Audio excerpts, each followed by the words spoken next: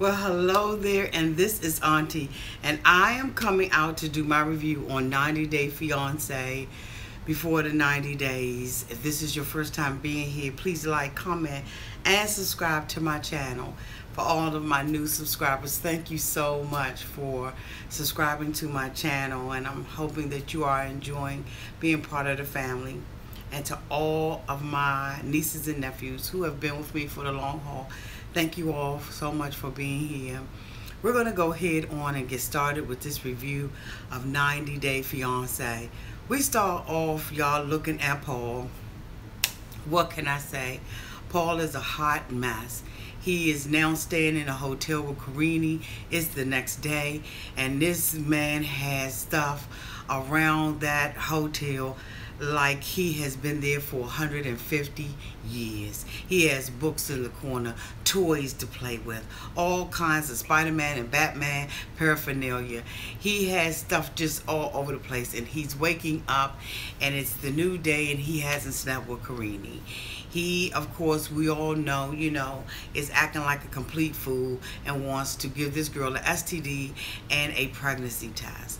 All right, so, he gets up and he's like, let me put on my cooling jacket. He puts on this blue jacket, y'all, and I'm just sitting there looking like, okay, like it's seriously something wrong with him. He seems like he's the type of guy to me who likes gadgets and things and any kind of gadget that they sell, on television or online, out of the sky, he wants to have it. So he has this cooling jacket on, and Korine says, look, I want to go to the lake and I want to swim. And Paul like, what? You want to go to the lake and swim? I mean, they got, these little things that go up into your urethra. And she's like, what? And then they got piranhas. And she's like, yeah, piranhas, whatever. But no, I want to go out in the lake and swim. I'm serious. He's like, okay, let's go out in the lake and swim. He says, somebody here in the United States told him not to go out there and swim in dirty, mucky water and everything. And we go out there, and it, it's almost like a Jason's video. We see dirt. We see the water is, filthy like the Anacostia River. And, I mean, he's basically like, I don't want to get in it. And Korine is like, look, I want to get in. And she comes out, before then she comes out the bathroom with her little baby suit on. And Paul's like, wow. Ain't no river dirty enough. Ain't no mountain high enough to keep me from you. He changed his mind real quick about getting up in that dirty river. So, they going out and he's dragging her, and he looks like a little boy. He's now changed into his, Bob the Builder orange life jacket, and he's like, I'm going out there. And Korine strips down in her little stuff. She didn't have much to take off anyway. She jumps on in looking like Pocahontas, off of the the movie and everything. And I'm just like, okay, it's your turn, boo, it's your turn. So he pulls out this penis stocking, and he's like, I gotta put that on. And the thing is unraveled, and I'm like, god dang, he got so much stuff. I mean, what I'm saying. He's there to save his life and the life of the village. And so he pulls it out and everything, and I'm looking at it like, God, they look like a pantyhose. But anyway, so he says, I gotta go into the into the bathroom, and change my clothes and everything and come out as Superman or whatever. So he goes and he puts a condom on, he puts the stocking on top of it, and then he comes out, y'all, with these pants on that's made out of rubber. And I said, God damn, he look like Flipper. And so, he's walking, he can barely walk into things, and Korine's looking like, what the fuck, what? And so, you know, she's kind of trying not to laugh, and she's laughing at the same time. And she's like, okay, you know, what is wrong with him?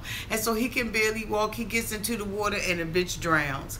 He drowns. He goes to heaven and hell. He comes back, you know, with the key in his hand. And, you know, he's, you know, I couldn't understand it. He was in the water, y'all, every bit of 5 minutes. But the pants was so rubbery and so big on him, you know, plus as he was losing oxygen from his penis having all these different layers of protection on top of it, you know what I'm saying? And he's not accustomed to wearing stockings, so he gets in there, you know, basically he acts as if he's a human anchor and the bitch just drowns. So I'm like, save him, Korine. Save him.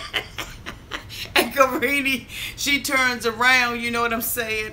And she looks at me. She looks back at me directly in my eyes. Y'all understand what I'm saying?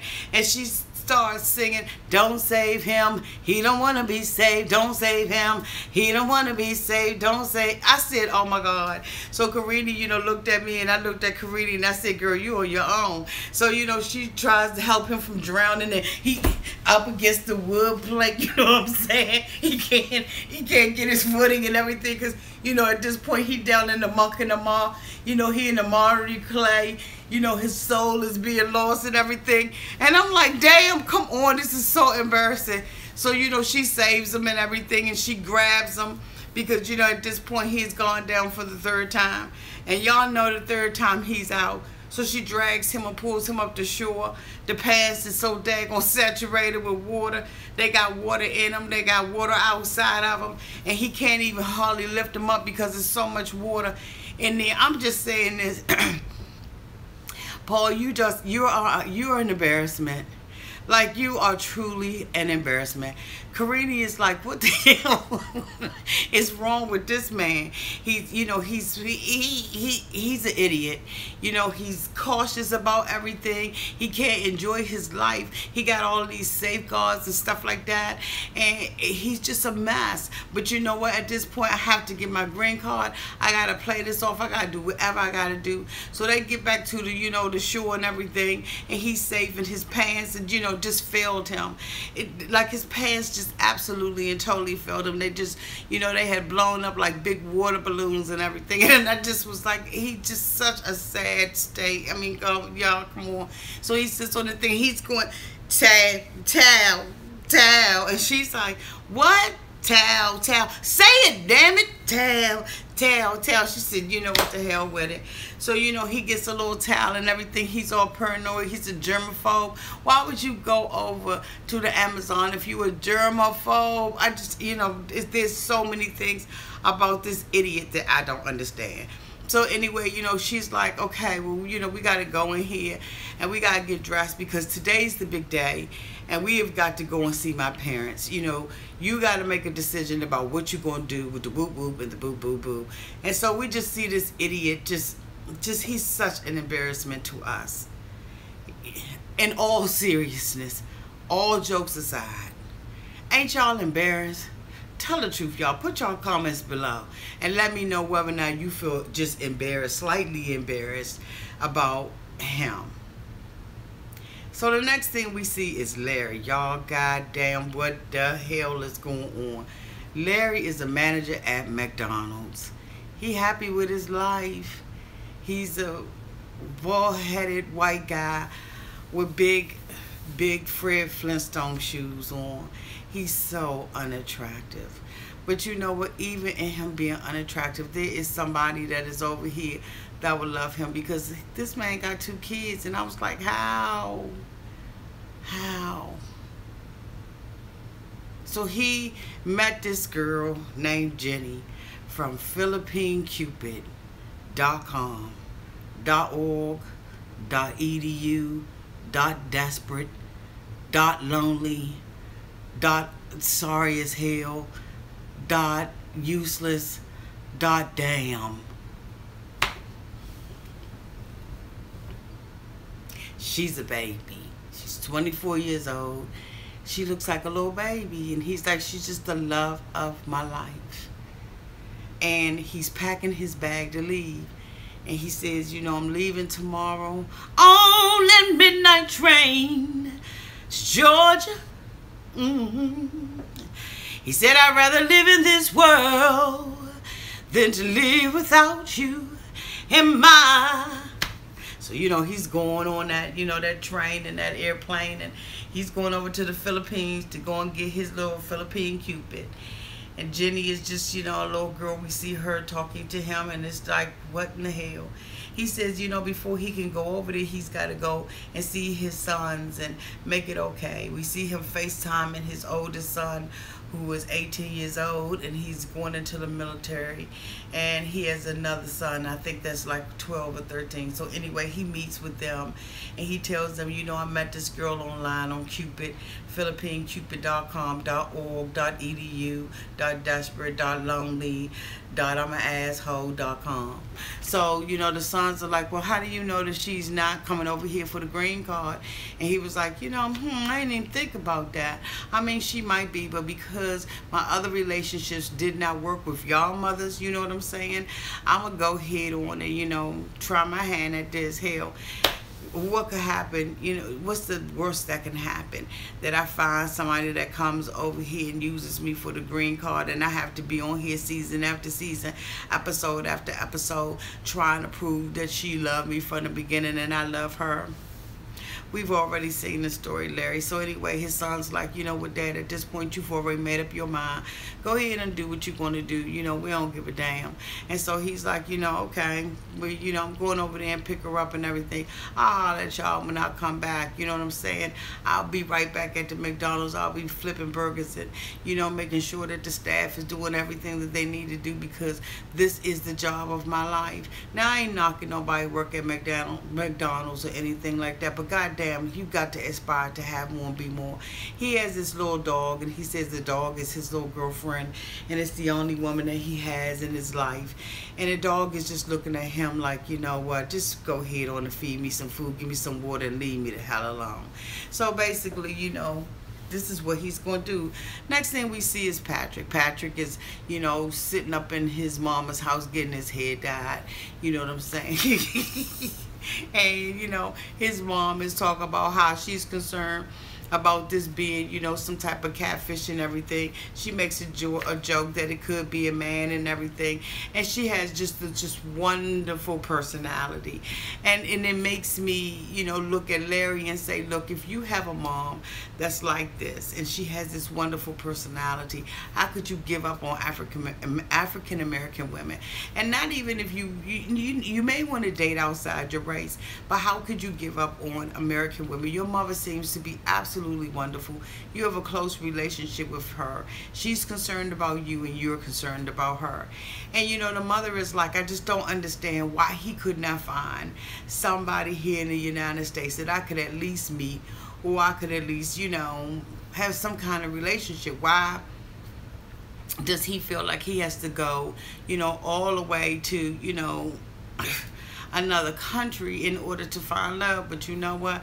Patrick is like, I met her online, you know, she likes me and all that. Now we see Miriam, you know, on the other side of the world, and she's talking about how she met him online and how they started talking with one another, and she felt like, you know, he had a nice body, which he did in the pictures, and she's like, he reminds me a little bit of Chris Brown. She's caught up and fascinated with what she thinks that he is, not really what he is. You know what I'm saying? Who he is, what's his character, stuff like that.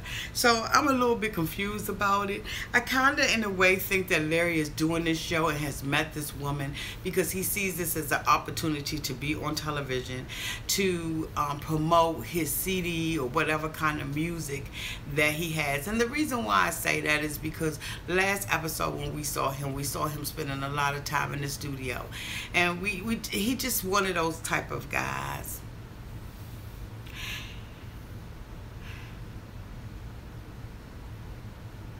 Okay, so the next thing we see is Abby. Abby has gotten up in the morning and she has the dew of sex all up on her. Nasty Sean Sachs. TMI. Just too much incest going on.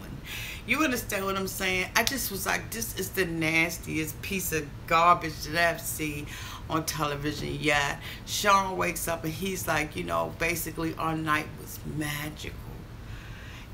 I was able to be with a black woman. Abby rocked my world.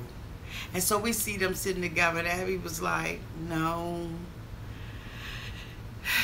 We didn't talk about sex, y'all. And when we did have sex, I ain't like it. And so, you know, bless Sean's heart, you know, he tried to do the best he could, but I had to tell him, look, this is what I need to satisfy me. You ain't doing it, boo. I need you to step up your game. So I'm going to show you how a real black woman gives it to you. He's standing there, you know, sitting there looking all dumbfounded. But he's still worried about another man. You got a lot to worry about, Sean. Because I'm trying to tell you, this girl is running game. And you know, sometimes when you don't have nothing else, as a woman, you know how to make that booty clap. You know how to make that booty clap.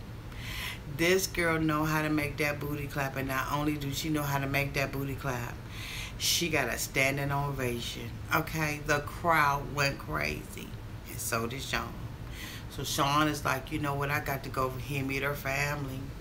I'm marrying this girl. You know what I'm saying? I'm marrying this girl. You know, they lay up in the bed. We see them laying in the bed and everything, and she's like, will you be mine? Will you always be mine? Will you be mine when we leave about this hut? Will you be mine when we leave about this Airbnb? He's like, I'm yours. I'm yours. You know what, Abby, we got to make everything right. You know, she's laying in the bed. We have to make everything right, Abby. We do. I agree. He says, yeah, you know, I need to get you, you know, propose to you and bring you over to the United States. Abby said,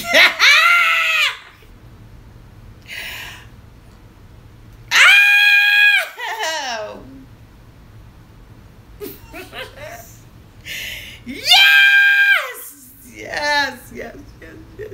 This is what I'm talking about. Honey, let me tell you something. He said the magical words, United States of America. Oh my God. And she was like, yes.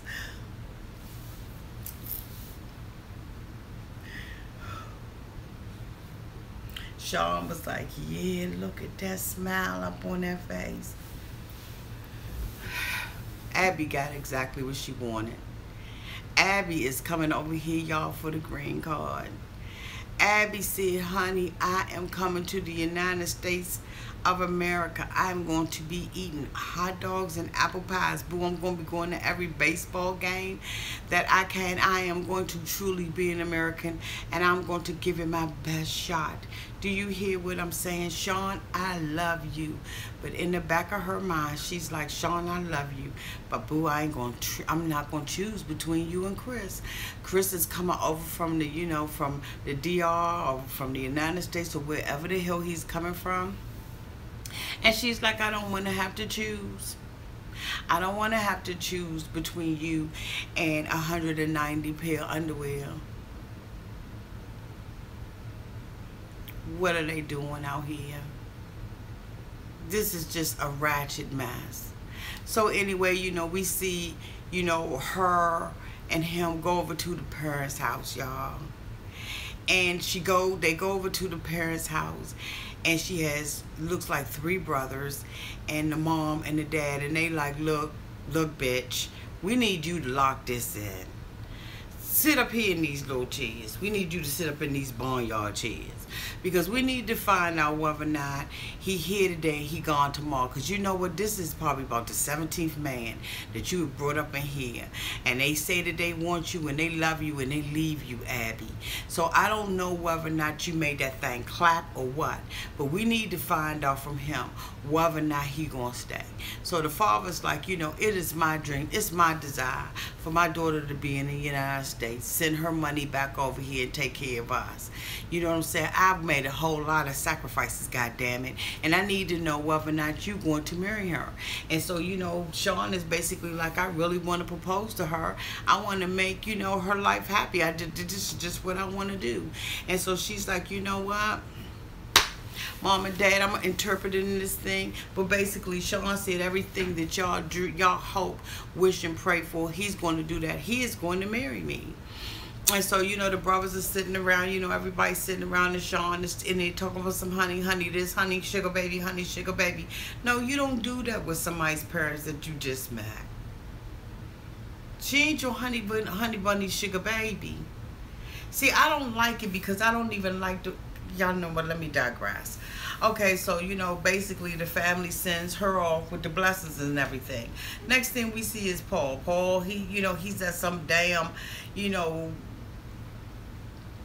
I don't know where he is. He went to go and see another tribe, and he's dancing around. He got this stuff on his face, and Korine is like, oh, okay, well, you know what, now I see him. He's not as neurotic as I thought he was before. You know, he done calmed down. You know, maybe it's because of me. And he's like, you know, I impressed her when I went out there and drowned. When I went out there on the water and I drowned, and I fell back on the log and everything, and I was splashing around in that muddy, dirty water. You know what I'm saying? She respected me. She loved me. And I'm saying to myself, Paul, you's an idiot. And so anyway, you know, he's dancing, and he's like, you know, I basically got to go to the parents' house, and I have to let the parents know, you know, I really want to marry Korine. So they go to the parents' house and everything, and he walks up to the dad, and this bastard is going up and down. Korine, Korine, Korine, Korine. So we go to a commercial break. We come back, Korine, and the father's like, okay, all right, okay. The hell, is this a custom? I mean, are we praying? What the hell we doing? Oh, Korine, screw Korine, you screw Korine, bitch. This is the ring this is the figure that the ring go on. What is wrong with him? You need to be at the Amazon finding somebody. You really do. Like, nobody would be turned on by that. Nobody. So we see him, you know, bowing and everything, and he finally, you know, decides to use the interpreting little tool that he got, the little app he got on his phone, and he asks the father, you know, basically for a hand in marriage. The father was like, you never. Come back up. So next thing you know, the mother comes over, you know, she reads it and everything. The father's standing there looking like, yeah, buddy, we done struck oil. You don't even know, boo. You done tapped into a well that's dry. That man ain't got nothing to give that girl but a good airline trip over here.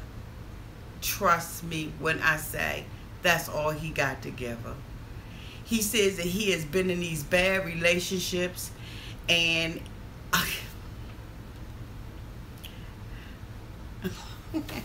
alright, so basically the mother and the father like, y'all got our blessings. They give him a hug. He's happy, you know, he's finished bowing.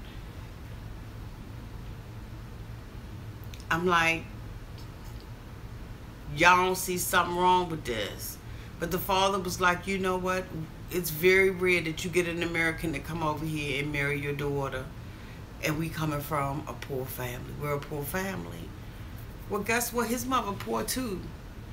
This damn woman takes hair out of a brush and gives it to him. She don't even have a pair of scissors to cut a lock of it out and give it to him, at least braid it. You know, go to one. Anyway, so he's got their blessing. The next thing we see is dumbass Larry again. Larry, the one that got the Philippine Cupid. He's sitting up there, you know, that night he can't sleep, he can't rest because he's getting ready to fly out to see, you know, the love of his life that he's been dating on an online chat. He goes on the little chat, you know, on a little dating site, and he see that the damn girl that logged on. You dumbass fuck. So he sees her and he's sitting in, you know, and he's like, oh, she been on the app, she been active on the app. I'ma call her. So he calling her and everything. He's like, it's the middle of the night over there. I don't give a damn. I'ma keep ringing this phone on and hitting this FaceTime button till she pick up the phone. So you pick up the phone, you know, and the daggone phone is pitch black. It's like my shirt, right? So she picks it up and she acting like she sleep. Y'all know women how many times we've act like we was asleep, right? So she, hello? He's like, hey, Jenny. Hey, I'm asleep. You are? Well, I know you probably tired. I was texting you, but you wasn't answering. So I said, I'm just going to keep calling her ass until you wake up. You know what I'm saying? And she was like, yeah, bitch, what you want? And he was like, you know, I saw that you was online. You was on your dating app. I thought you had, you know, cut that off. And she was like, bitch, when you see my phone, you going to see, you know, my phone just did it. My phone woke up in the middle of the night and was like, we need to get on the dating app, we missed it. And so all the circuits and all the batteries and everything fought together, one, and then they just, you know, opened up the app, and I couldn't control my damn phone. When you come over here, you're going to see how aggressive and disrespectful my phone is. And he was like, you know what, I believe you. So you said your phone just dialed itself? She was like, yeah.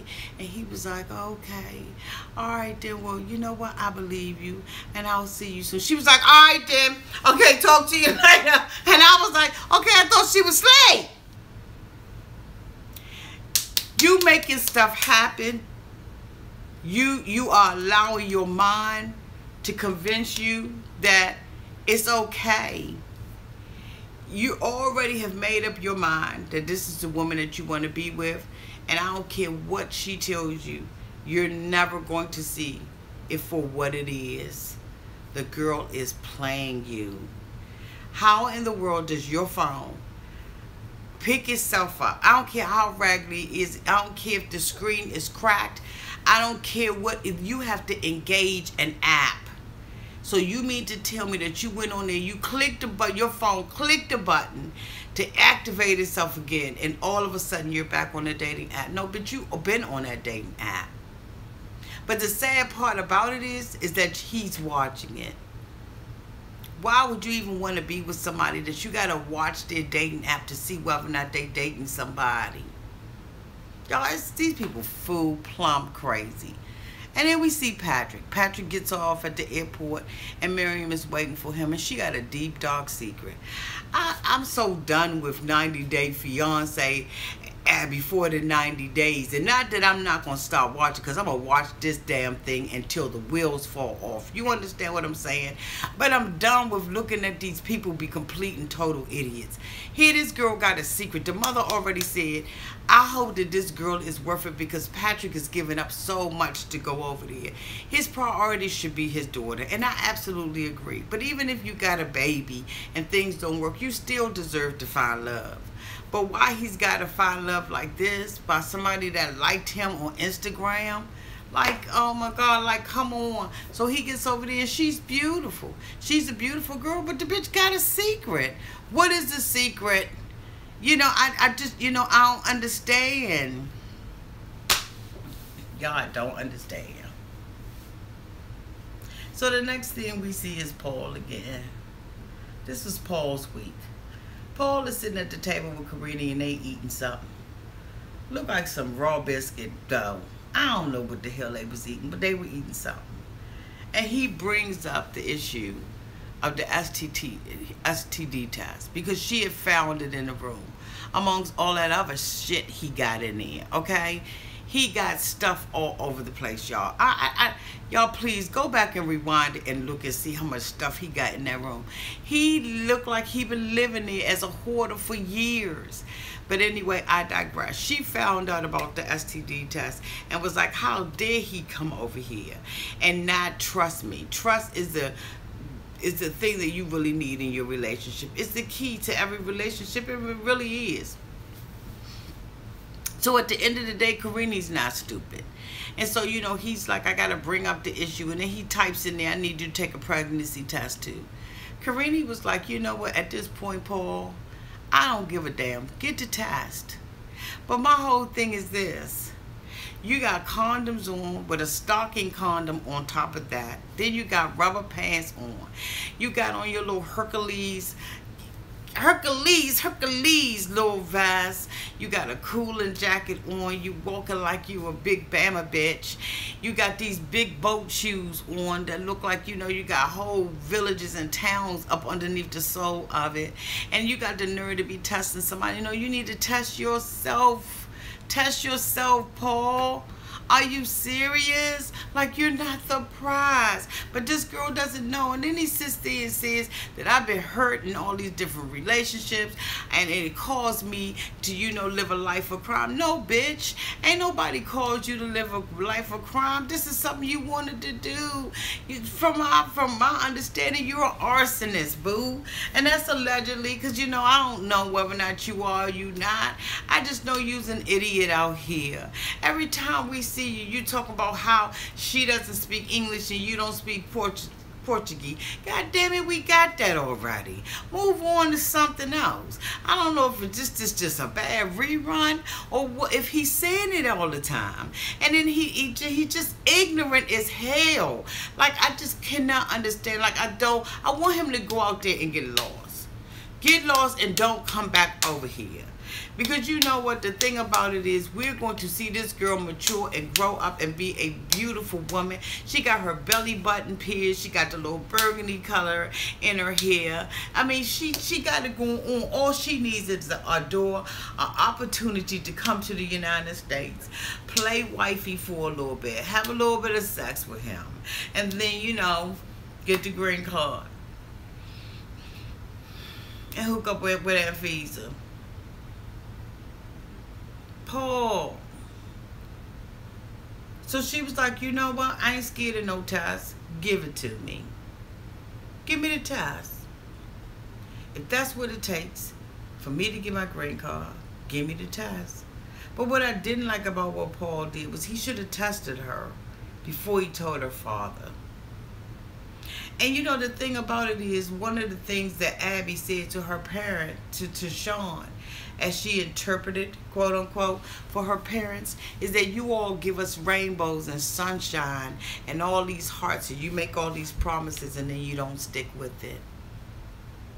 These girls is good at their games. We probably could learn something from them. I don't know what it is that they're being taught. But one thing that I noticed about Abby and one thing that I noticed about Korine, they don't have a problem with giving up the sex. They ain't got a problem with it. And I don't know if it's because they have people who come into their villages or into their towns and they see these opportunities and they kind of like, you know, I've heard of this kind of stuff before, but I'm like to really see it and really see what these women will give up. It convinces me that there is, you know, some type of, I don't know. Let me digress and let me get off of that. But I'm like, you know, Sean, you're an unwanted type of guy. You couldn't even sexually satisfy this girl. She's already made a decision about what she's going to do. So y'all, you know what? This is my review of 90 Day Fiance. I apologize for being late with it. This is Labor Day weekend and I have been out and about and I haven't been, you know, home. And so I thank you all for being patient and waiting for me to put it up. I hope that you liked the review. But I'm just like, you know what? Next week it's got to be about a show. Let's get some progression here.